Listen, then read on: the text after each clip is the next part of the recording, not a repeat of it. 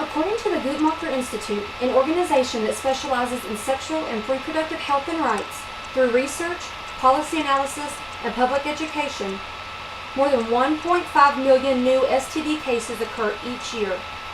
51% of the 6.6 million pregnancies in the United States each year are unintended.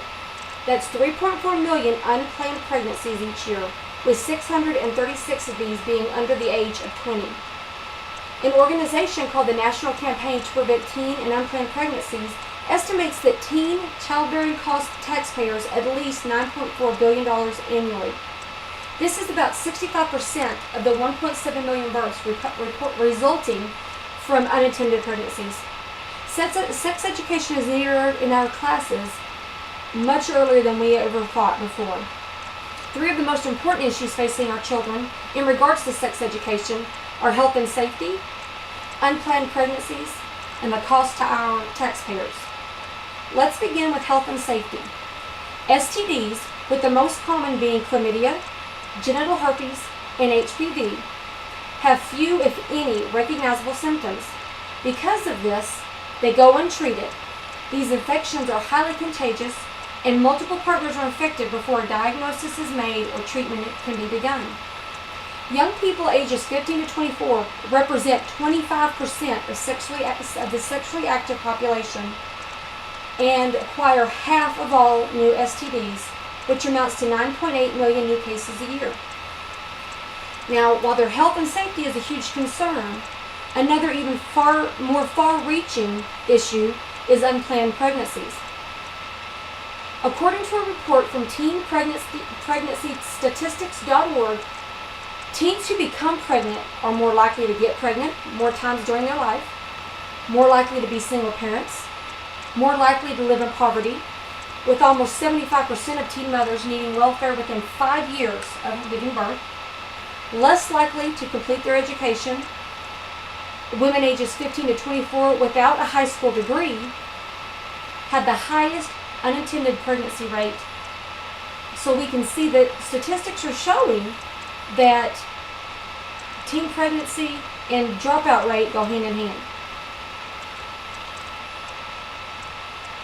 You can see that these factors create a need for financial help, which brings me to our next reason.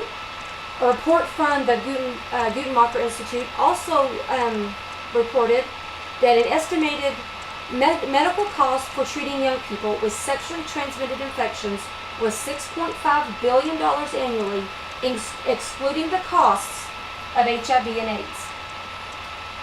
Now, let's add to that. Government expenditures on births resulting from unintended pregnancies nationwide were at an estimated $12.5 billion. So now we are at $19 billion. That's not even the final dollar amount. Teenage mothers are less likely to finish high school, so they will have low-paying jobs, possibly not work at all.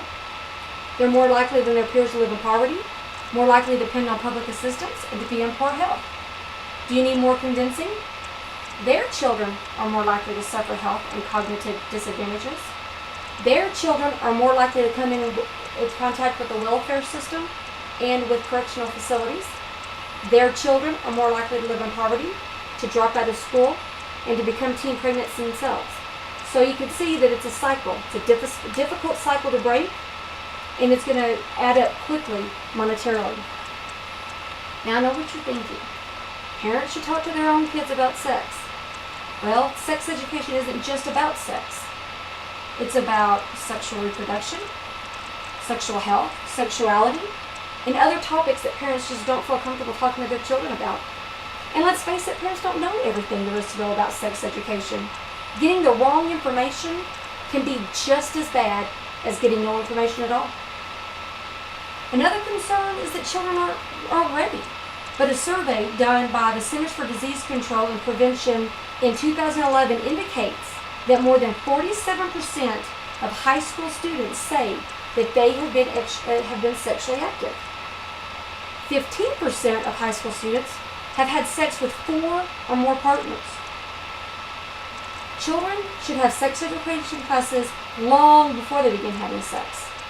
The earlier they begin learning about sex and with the correct information, the more able they are to make informed decisions about their life and sex. Now, I'm not an expert at all in sex research in any way, shape, or form, but I am personally a statistic. I got married at 16. I dropped out of high school. I had 3 children.